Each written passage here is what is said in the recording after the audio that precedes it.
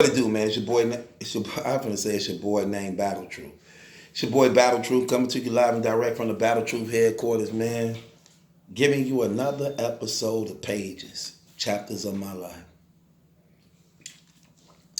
When I first started doing my Pages episode, I tried to start from when I was a child to work my way all the way up. But I don't think I want to do it like that. I think I just want to pull out stories now, chapters of my life, different chapters, and just throw some out there. This particular story I want to bring up, I was sitting back watching the NBA trades take place, and I was reminded of this one brother I was locked up with. His name was Battle. They called him Battle.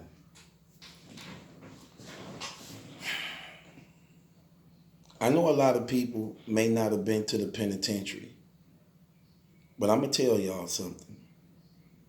The penitentiary has some of the best talent in the world you ever seen.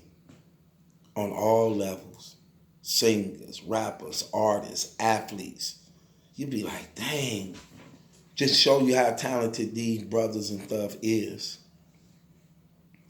And how life sometimes could just throw a curveball. And all that talent could just go to waste.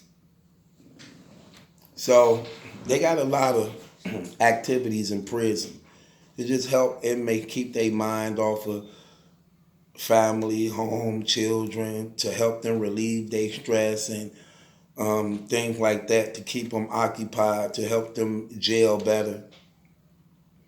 So they be having like all these basketball tournaments. And keep in mind, it's thousands of people in prison, thousands in every prison. So you know, that prison ball is something else. It's so much involved in it, man. Let me tell you something. Regulation ball under that whistle, regulations, that's a prison ball is on another level. It's like 2 times harder. You going up against the refs who betting and got money on the game. You're going up against guys who you know is like stone cold killers and thugs who don't like to lose, who got attitude problems and mad and fam, listen. I remember one of my little guys. We was in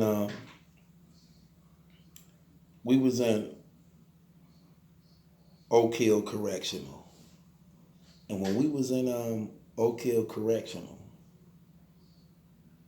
my one guy, Rail, was like a basketball player. He liked the balling all the time. And he was like, man, you need to come down to the gym. I be hooping, I be busting they butts. I be like, yeah, I'm going to check you out, little homie. I'm going to check you out. So the tournament had started. So everybody was stacking up all the best players because, you know, this where all the gambling and things come in at, you know what I'm saying? So you got units playing against units and the ballers now. I'm talking about real live above the rim to the highest degree though. So at this time, I'm deep into God. So I don't really care about that stuff. I'm not moved by that like that. That's nothing. I've been seeing that, doing that, excuse me, my whole life. So I remember one day Rail came back from the gym. And everybody be packed up in the gym watching the games. And Rail was like, I'm just hearing people talking like, man, Battle put up like 80 points. Yeah, I'm hearing people talking. I ain't really saying much. They just talking out of mind and minds. And they come back again. Like, man, that's crazy. Battle put up 85 points. Then came back again like, man, Battle put up 95 points. Come back, man, Battle put up 97 points. I'm like, man, get out of here, man. Ain't nobody balling like that. I finally decided to say something like, man, get out of here, man. Ain't nobody balling like that in here. Like, man, Kyle, I'm telling you, Battle is a beast. This dude hit from anywhere. Half court jumpers is a regular shot to him. This dude is like a real live Steph Curry plus Carmelo Anthony type aggression. Because he beast in the paint and on the post up. I'm like, I guess. You need to come check him out, man. You need to come check him out. I'm telling you, this dude averaging like 80 a game. I'm like, I guess I'll get around to it. Come back again. Man, Battle put up 100 points. Everybody talking about all over the prison. Battle, battle, battle, battle, battle. I'm like, man, I'm finna go see this dude one day. So, go down there one day. Watch this dude. I'm looking for some type of real tall dude. Short, short hairstyle cut, you know what I'm saying? Swim or something. I'm like, which one Battle, real? He like, dude right there. I'm like, where? He like, dude right there. I say, that little dude with the dreads? He like, yeah, that's Battle. He had to be about 5 feet, 11, if that. I'm like, dog averaging 80 points a game, that little dude right there? He like, you'll see. Man, let me tell you something. Man, that whistle blew, man. That dude was lighting it up. I'm talking about that dude could do everything. I'm like, dang. This dude a beast. I'm talking about this dude hitting from everywhere. Everywhere. I'm talking about nobody could hold him, double team, triple team. And let me tell you something. Okay, people thinking like, oh no, that's prison ball though. They probably don't know how to ball. Let me tell you something. No. You talking about thousands of black people who gambling, money on the line. You understand what I'm saying? They really know how to ball. You ain't picking nobody who don't know how to ball. Brothers coming from every hood. You know what I'm saying? All positions. Man, that dude was lighting them up. I'm like, damn. This dude, when I got there, that dude scored like 87 points. And it was crazy because he was also passing too. And it's crazy because prison ball, let me tell you something. Prison ball clocks ain't even like the NBA clocks because we can't be out that long like that. You know what I'm saying? We only could be out an hour and a half or better. So that dude putting them points up like that without being up under a real NBA regulated setting. Man, I'm like, I'm finna go holler at this dude, man, just to let him know, like, look, brother, how the hell you get here? I just want to know. I just want to know why you not in the NBA. I go over to the brothers. I'm like, good game, brother. They call you Battle, right? He like, yeah, what's good, Malachi? I say, Malachi, how you know my name? Like, I know about you, brother. I know about you. I know everything going on here. I'm like, okay. I'm like, but look, I just want to tell you, man, you played a hell of a game, man. You played a hell of a game. I was impressed. I was hearing about you, like, I ain't believe nobody averaging 80 points. 80 points. I'm like, but me and you gonna have to talk, you know what I'm saying, brother? I just want to, talk to you. Maybe, uplift your spirits and things like that, brother, and just chop it up with you, man. Make sure your mind rising. He like, no doubt, no doubt, no doubt. I've been meaning to come talk to you anyway. Cause see what a lot of people don't know, man. Let me tell you what a lot of y'all don't know. God is amazing, and when you understand anointing, you'll see that God draw people to you.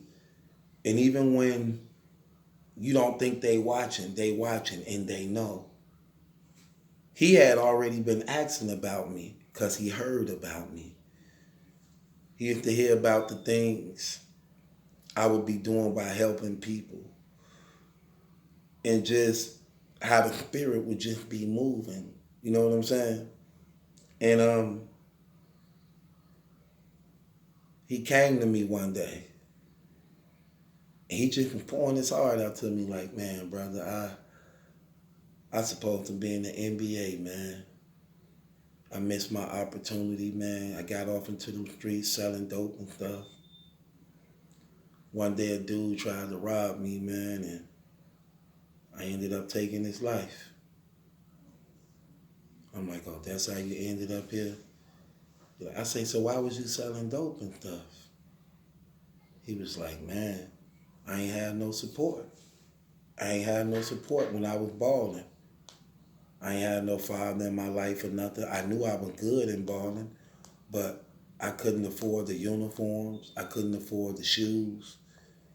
So one of the brothers in the hood who sold dope, he hit me with a pack. I got the hustling and I was playing ball at the same time, you know. And brothers thought they could try me because they knew I was a baller. Plus I was getting money. So one day they tried to set me up, rob me, and I ended up taking somebody's life. I'm like, wow. It's crazy because it was sad stories like that throughout the prison anyway. And I noticed what was one of the number two things that hurt mostly everybody in prison, unanimously just about. First of all, this was the unanimous one. They didn't have a relationship with Jesus Christ. That was one. Everybody in prison, unanimously, 100% unanimously. You talk to him, I ask him, hey, did you know who Jesus was? No. And God was just showing me that. Don't get me wrong, people have a knowledge, but when I say knowing him, I mean in a real, genuine relationship with him. Where you actually been converted. You actually gave your life to him faithfully and you allowing him to be the center of your life. 100% unanimously true that everybody in prison suffered that relationship. They didn't have it. They didn't have it. And God was just, it was a training ground for me. And he was like talking to me like, see how like all these different brothers in their walk of life, different situations in their life landed them here, but all of them got one thing in common. They don't even know who I am. And then I understand the reason why they don't know who they are, who he is. Because the parents never lovingly and truthfully walk with God also to install those values and truths in them. The parents, the fathers, is absent out of their lives too. Almost all of them. God showed me that. And as I talked to that brother, he just felt so free, so open to speak to me. Like he always knew me, like he trusted me. And it's amazing how just a calm word can humble a person's heart and turn away wrath. And here's a brother in prison averaging 80 points a game, playing under harsh conditions. The game I was watching, I had no idea how much money was being bet or betted on this game. So the refs was going against Battle, playing against the other team. So it was found out that one of the refs had money on the game and was also with the other team that was playing against Battle. So when Battle would go to the hole, they would be calling charges on them. Charge. Foul. he was in foul trouble. Remember, they said he played like Carmelo too, had a nice beefy post-up game. If y'all know how Carmelo used to play. That man had like 5 fouls in like the second quarter. So you know what he started doing? He just started shooting all 3-pointers. He wouldn't go nowhere to the hole. Nowhere to the hole. I'm talking about, and if a defender came up to him or up, he wouldn't even allow them to get close to the point that they could call a foul on him. His basketball IQ was through the roof. And I'm talking about this brother was hitting from everywhere. Now, they wasn't going in all the time, but he shot a high percentage. He was shooting over 50% easily. I'm like, this dude a monster. And there was another brother there too who was cold. He averaged a triple-double a game too. They called him Q. They called him Q. A lot of people started respecting me. So that's another story. That's another story, man. I'm going to tell you where I became the coach. I became the coach because one of the brothers, I think one of the coaches ended up getting out. He was leaving. He got out. And then people wanted me to coach.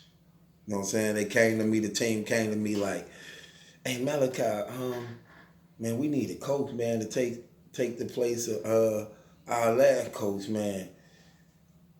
You gonna do it? And I was like,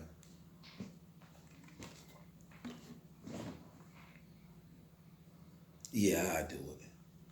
Because I looked at it as being an opportunity where God was opening the door for me to coach a team, but also share the gospel with them. Stay tuned.